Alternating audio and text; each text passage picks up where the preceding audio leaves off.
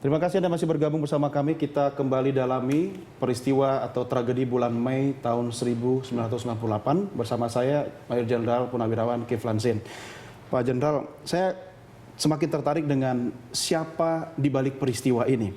Ketika kita bicara tentang paguyuban, perkumpulan orang-orang, kan banyak juga pasukan atau barisan sakit hati, Pak, ya, ketika itu. Yang mungkin tidak mendapatkan posisi dalam pemerintahan.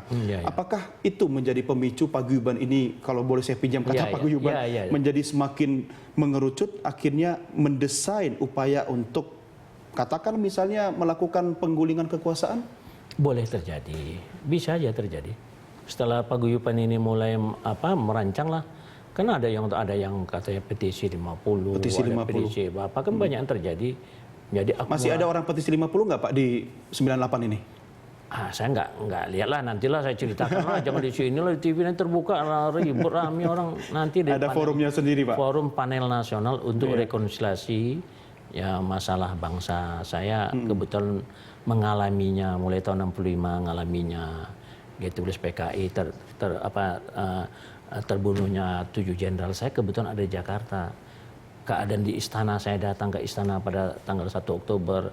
Pemakamannya saya datang pada tanggal 5 Oktober di makam pahlawan. Saya lihat semua kejadian di Jakarta dan ngikutinya sampai juga berhadapan dengan PKI saya. Nah, jadi, Pak Kiflan, sebelum kita memulai diskusi tadi, kami menanyakan sebuah berita tuntutan beberapa komponen masyarakat yang meminta Anda menjelaskan secara detail. Anda mengetahui beberapa nama, siapa yang bertanggung jawab, artinya itu bisa dipertanggungjawabkan? Bisa, saya punya dokumen kok. Dokumennya apa itu Pak? Ya, rapat-rapatnya siapa yang ada dan ada tanda tangan mereka. Notulen rapat gitu Pak? Notulen rapatnya ada sama saya. Menurut Anda, orang-orang yang mengikuti rapat itu adalah orang-orang yang bertanggung jawab dari sisi apa Pak?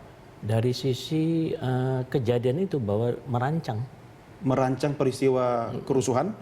Ya boleh jadi. Gitu. Tapi ketika itu kan seperti misalnya Pak Kiflan, kemudian Pak Prabowo, Pak Wiranto, itu kan memang menduduki posisi strategis di militer karena jabatannya.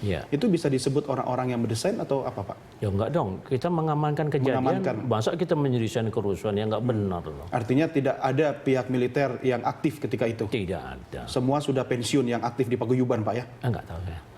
Jangan bilang gitu lah, jangan ajar gitu lah. Saya tidak tahu kejadiannya Pak, Bapak yang mengetahuinya. Karena saya orang pensiunan nanti mereka ribut musuhin saya gitu. Oh iya, mungkin bukan pensiunan Pak, Purnawirawan Pak. Saya Purnawirawan juga nanti itu, Purnawirawan nantilah kita buka lah, bentuklah lagi Komisi Kebenaran Rekonsiliasi yang 2006 dulu dibentuk oleh Ibu Mega yang melalui Undang-Undang Rekonsiliasi Nasional yang sudah dibubarkan oleh Mahkamah Konstitusi. Bentuk lagi semacam apa ya? Semacam komisi maaf nasional atau komisi tobat dan maaf nasional gitulah kira-kiranya. Siapa yang harus bertobat Pak? Orang yang berbuat, yang mendesain. Yang mendesain. Dia termasuk semua kita lah. Kalau yang harus bertobat yang mendesain, berapa puluh orang yang bertobat Pak? Yo, ratusan ribuan. Ratusan. Berarti anggota paguyuban ini ratusan Pak. Ya, jangan bilang paguyuban ya.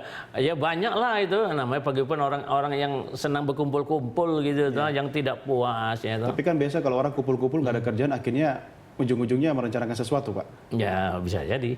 Artinya ini semua tidak aktif waktu itu. Mana ya? Kau bisa aja ngarang-ngarang. Baik Pak, jadwal kita break dulu Pak. Kita akan lanjutkan di segmen berikutnya. Baik pemirsa, kami akan segera kembali untuk melanjutkan diskusi. Tetap bersama kami.